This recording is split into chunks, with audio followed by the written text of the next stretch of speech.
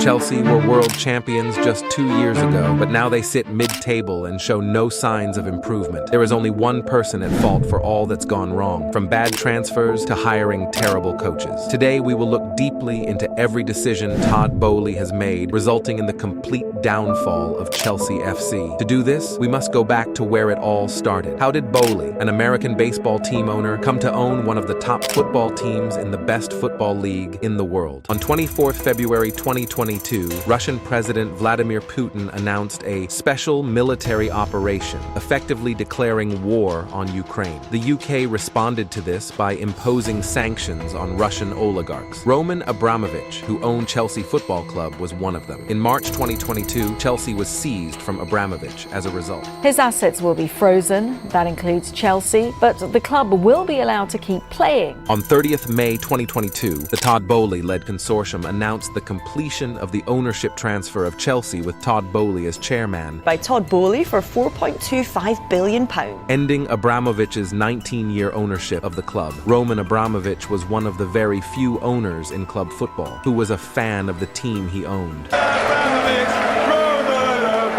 He valued winning more than making money, so when he was forced to sell the club, it was going to change the entire situation at the top. In January 2021, Thomas Tuchel has been appointed as the new Chelsea head coach. Chelsea is in 7th place, and there isn't much to expect from the team. 5 months later, the same Chelsea team was lifting the Champions League trophy with Tuchel, club football's most prestigious trophy. By the next year, he was crowned world champion. He had taken that Chelsea team from nothing to the best team in the world. Only a world-class coach could do that. Todd Boehly's plan was very easy. Build on what the club already had. What is the first thing he does? Also includes the departure of Marina Granovskaya. He fires the sporting director. You may not know Marina. She wasn't so much in the limelight, she worked behind the scenes, turning Chelsea into winners. She oversaw transfers in the club from 2013, helping them win 2 Premier League titles and a Champions League. She was an expert in business, getting Chelsea good deals when they sold players, and all her business worked out perfectly. Well, except for that Lukaku transfer. Roman respected her take on all matters. She came to be known as the most powerful woman in football and was awarded the best club director in 2021. Such an important servant was gone, so who would replace her? Todd Boehly himself. He became the new sporting director and was now going to oversee transfers for the next year. This was unheard of. A football owner had never been a sporting director, let alone someone who knew nothing about football. This was not smart at all, and even raised the question of why he sacked Marina in the first place. It was clear from the get-go that he was way in over his head. In the summer transfer in 2022, Tuchel wanted 3 players: Sterling, Rafinha, and De Ligt. Boehly could only get Sterling, who was on his way out of City anyway, because of a lack of assured game time. The other 2 rejected Chelsea for moves elsewhere. Rudiger and Christensen left Chelsea, and they had already failed to get De Ligt, Nathan, and Kimpembe. Chelsea became desperate for defenders, and they went for Koundé, but Tuchel wasn't convinced by him yet. Todd spent weeks trying to sign him and failed. It became clear Tuchel and Todd were not on the same page on these transfers, which became clear when Boehly dropped his pursuit of a defender in favor of spending 2 weeks trying to convince Ronaldo, and once again failed, despite Tuchel and his entire coaching staff opposing that idea. Chelsea still spent £250 million during that window. Koulibaly was a much-needed centre-back for a fair price, and they bought 2 youngsters in Chukwuemeka and Casadei for £40 million combined, a fair price for 2 teenagers. But this is where it gets crazy. City and Chelsea both wanted Cucurella, but after City heard their asking price, they backed out. But Chelsea went all in and paid the full $60 million asking price and a 6-year contract. This is a player Chelsea were willing to loan out at the start of this season, but no club was interested in his services. Bear in mind that Chelsea had Lewis Hall, who is practically a Newcastle player now, and Ian Maatsen, who has spearheaded Dortmund into the Champions League semi-final this season. With the deadline day approaching, and Chelsea had not yet signed another centre-back because Todd spent so long convincing Ronaldo, they panicked and spent $75 million on Fofana, who was coming from a season-long injury from Leicester. Not much surprise, he has made only 20 appearances for Chelsea, not to mention Chelsea also paid double their initial bid for him. They had not replaced Lukaku, so they bought 33-year-old Auba. Overspending on players and wasting time pursuing the wrong targets was a foolish thing to do. There was no strategy here, and Todd bought whoever he wanted, and Tuchel had a big problem problem with this. He had given him a list of players he wanted, but he came up with his own list and completely ignored Tuchel. And this was very foolish, considering Tuchel definitely knows way more about football than him. After all, he is the guy who led them to world champions. Tuchel was more than fed up with Todd, and all the disagreements ultimately resulted in Todd sacking Tuchel 4 games into the new season. Boehly said it was a lack of shared When you take over vision. any business, you just have to make sure that you're aligned with the people who are operating the business. Tuchel is obviously extremely talented, someone who had great success at Chelsea. Our vision for the club was finding a manager who really wanted to collaborate with us. His replacement, Brighton manager Graham Potter. He was signed on a 5-year deal as their long-term guy. This was very risky considering Potter had only managed Östersund's FK in Sweden, Swansea in the Championship, and Brighton, a mid-table team. Managing Chelsea is a different story altogether. Winning was paramount, a necessity, what the team was built around. To add insult to injury, they paid Brighton $21.5 million for Potter and his coaching staff. Not a surprise to many, Potter struggled in his first few months, where he got 5 wins in his first 17 league games, and it was evident Chelsea were not going to win anything that year. In the January transfer window, as Chelsea continued to go down the table, Boehly was desperate to turn things around how he knew best. Yeah, you guessed right. He spent loads of money, but this time it was worse. There was no Tuchel to stop him, and it was evident he appointed Potter because he was a puppet who barked when he was told. Potter sat back and watched Todd destroy Chelsea Football Club, as it was known. Todd's strategy was clear. Buy as many young talents as you can and build for the future. Datro Fofana, Madueke, Gusto, Santos, and Badiashile for a combined $100 million. Spending so much on young, inexperienced players with hopes that they come good in the future is risky, and considering he wanted to win now and change the direction Chelsea was heading in the table, this was an extremely terrible idea, and with no one to tell him to stop. He is the owner and director after all, and it only got worse. This led to Chelsea's next big problem: overspending. Once a team knows you are willing to overspend to get your target, they will simply overcharge you for any player you are interested in. Fofana and Cucurella were not the only instances. In the summer, Sevilla held out for a $65 million release clause for Koundé, which Chelsea did in fact meet, but he ended up going to Barcelona for $55 million. Leeds United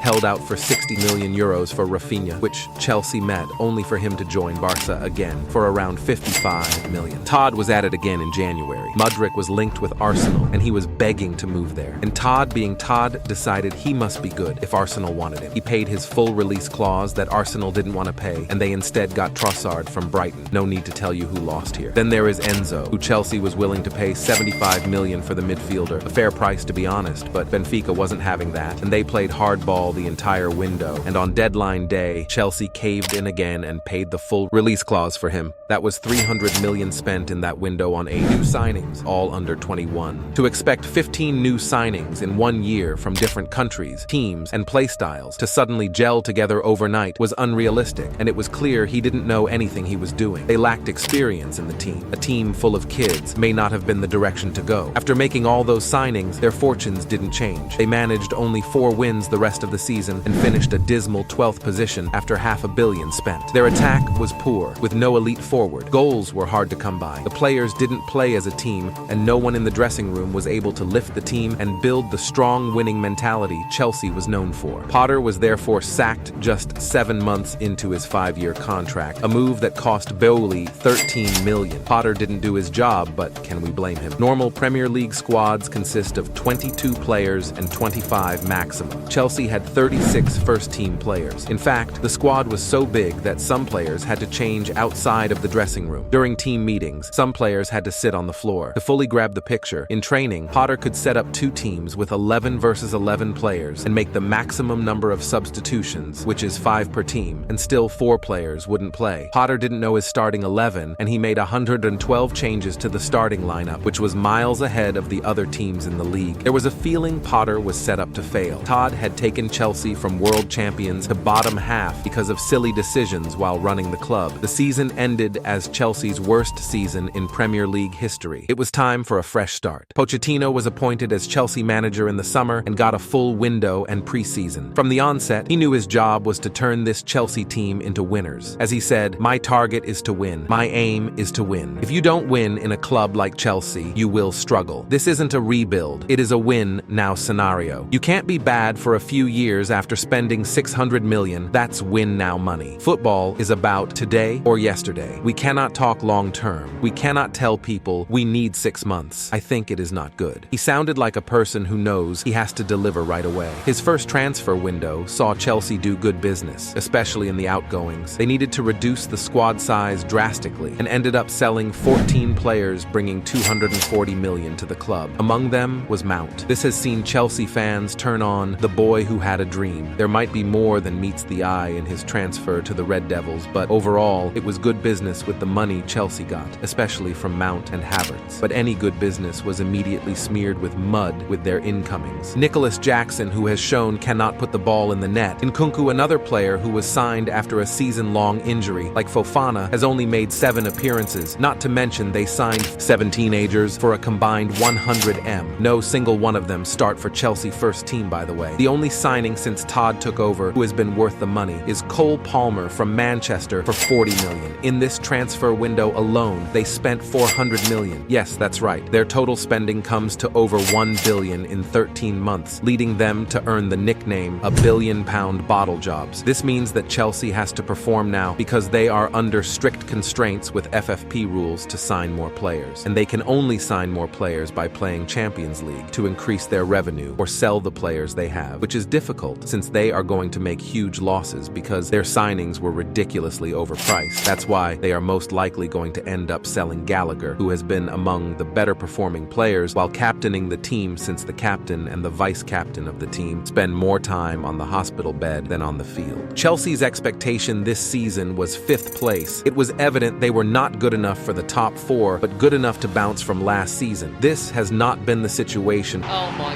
goodness me. With players showing no passion, there is no vision, there is no aggression, there is no fucking mindset. Could it be because they know their contracts have been sorted out for the next decade? Another season with no domestic cup and no Champions League for the Blues. And the question has to be asked, are these guys a mid-table team now? If they are, the blame should fall on only one man, Todd Boehly. There was simply too much change since he took over. Chelsea is practically a different team from 2 years ago. They have a different board, medical team, coaching team, as well as players. It makes no sense to expect all that change to lead to success. Everyone who played a part in making Chelsea European champions is gone. Roman was criticized for changing managers a lot, but he always retained his trusted staff members. Boehly seems to want to get rid of everyone. And the more the club continues like this, the harder it is to build stability, causing a mess in all departments, which is what we are witnessing now. Pulisic, Loftus-Cheek, Aubameyang, Maatsen, Kai Havertz. The list is endless of players who didn't either perform at Chelsea or were always injured, but that changes when they leave the club. And now there is Pochettino. Despite not reaching expectations, does he stay another season? Chelsea is in the rebuilding stage. They have a young team, therefore you should not expect them to win anything this season. Aim should be developing them so that about 3 years from now they are ready to get back to winning ways. But are Chelsea fans patient enough for that? What about the board? It would be easier to answer this if Chelsea had a clear plan. The transfer strategy is not clear, and the club is a mess from top to bottom. The bitter truth for Chelsea fans: they should not expect to come good anytime soon, bar some miracle. Palmer seems to be one miracle. With the way Chelsea played without him against Arsenal, if he gets injured for a long time, they may be fighting relegation as well as going back to the times that they used to score 1 goal per month. Chelsea is too young to win now, and that is their expectation. There are too many uncertainties surrounding them, and no one seems to know what's going on anymore. What do you think Chelsea should do? If you want to know why Leverkusen is unbeaten this season, watch this video.